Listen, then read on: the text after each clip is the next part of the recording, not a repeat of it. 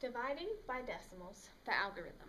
Before we jump straight into the algorithm, I just want to remind you that it's always important to know the why before you know the how. It's one thing to be able to follow all the steps to solve a certain kind of problem, but if you understand the why, you become such a better math student, and it'll help you find connections on the next skill and the next skill that you learn. So I'm going to show you the why, and then I'll show you exactly how to do it. So I need you to recognize two patterns. Pattern number one is what happens when you multiply by multiples of 10. We already know part of that.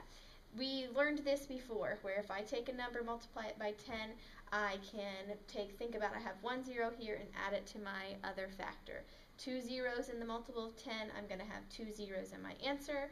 Remember, we also showed it like this. Take the 6, multiply it by the 1, and then add 1, 2, 3 zeros to my answer. That's the zeros trick.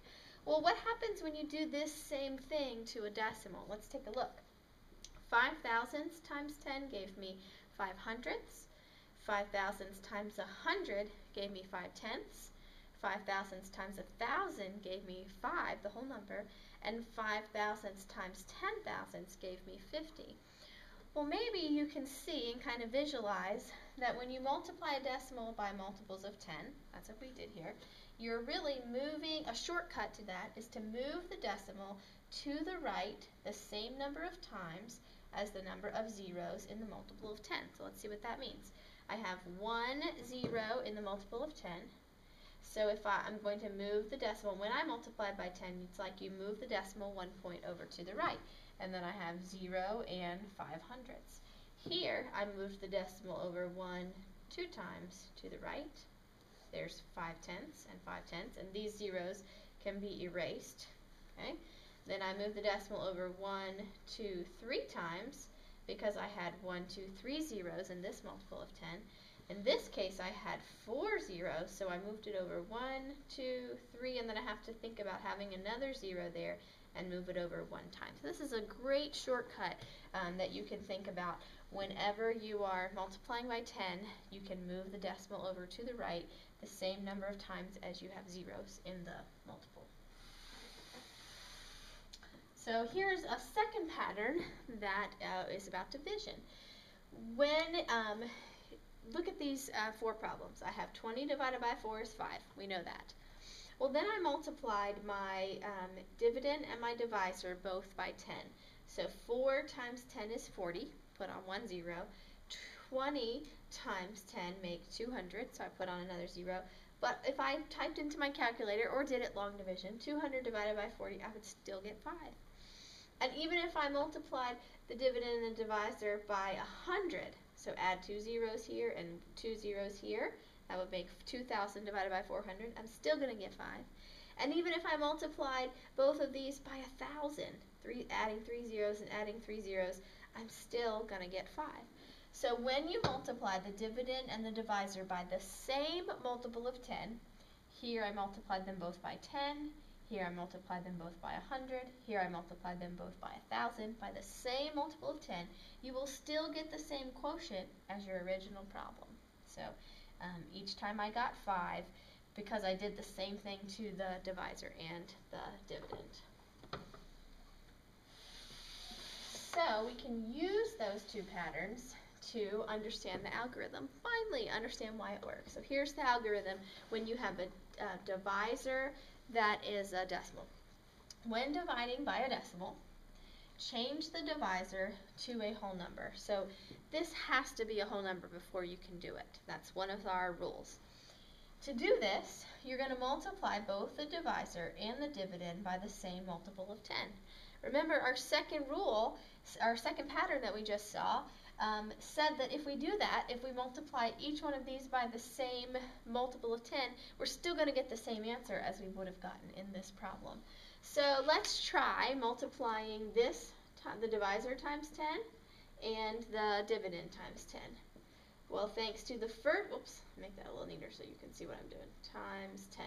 Well, the first pattern that we saw a second ago said that if we multiply a decimal times 10, I need to move the decimal point 1 time over to the right.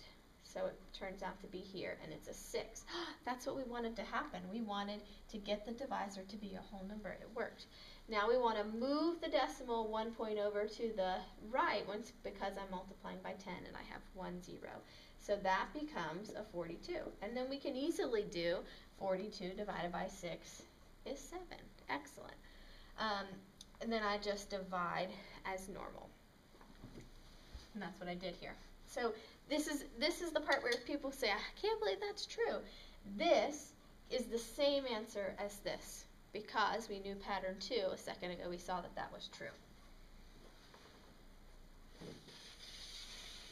So let's try it, and then let's come up with the shortcut, which is probably how your parents were taught to divide by decimals, but now we know the why. So much better.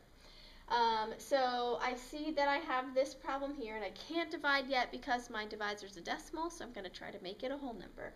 So let's try multiplying this times 10 and this times 10.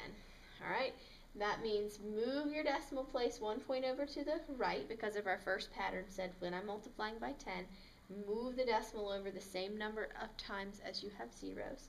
So now my divisor is a 5, and then I'm going to move my decimal point over 1 time here, and now my dividend is 48 and 5/10. And then I'm going to just solve this problem like normal. The very first thing to do is always put your decimal where it needs to go in the quotient. 5 can't go into 4, but 5 can go into 48 9 times. 9 times 5 is 45. I subtract and get 3, bring down the 5. 5 goes into 35 7 times. So the answer is 9 and 7/10 to this problem. That means the answer is going to be the same up here. 9 and 7/10 is the quotient there. Here, if I multiply by 10, I'm still going to have 3/10 because I'm going to only have to move our decimal point over 1 time. So let's try multiplying by 100, which because I have 2 zeros, it means I'm going to move it over 2 times. That's going to make 3 the whole number. Then I'm going to multiply this one by 100 as well. And when I do that, I'm going to move it over once and then have to move it over a second time. So I'm going to end up adding a 0 there. So my new problem is 1,650, because my decimal point is now right here, divided by 3. 3 can't go into 1. 3 goes into 16 5 times. 3 times 5 is 15. Subtract, bring down the 5. 3 goes into 15 5 times. That's 15. Subtract, bring down the 0. And 3 goes into 0 times. So my quotient to this is 550, and so is my quotient to this one, 550. Do we see the shortcut yet? I do.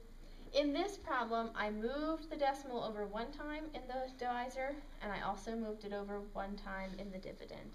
Here, I needed to move it over twice in the divisor, so I moved it over twice in the dividend.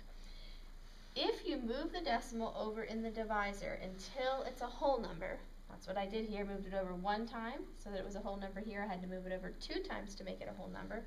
Then you can just move the decimal over in the quotient the same number of times. That's a shortcut. Instead of thinking times 10 times 10 or times 1,000 or whatever, you could see how many times you need to move it over. So let's take a look.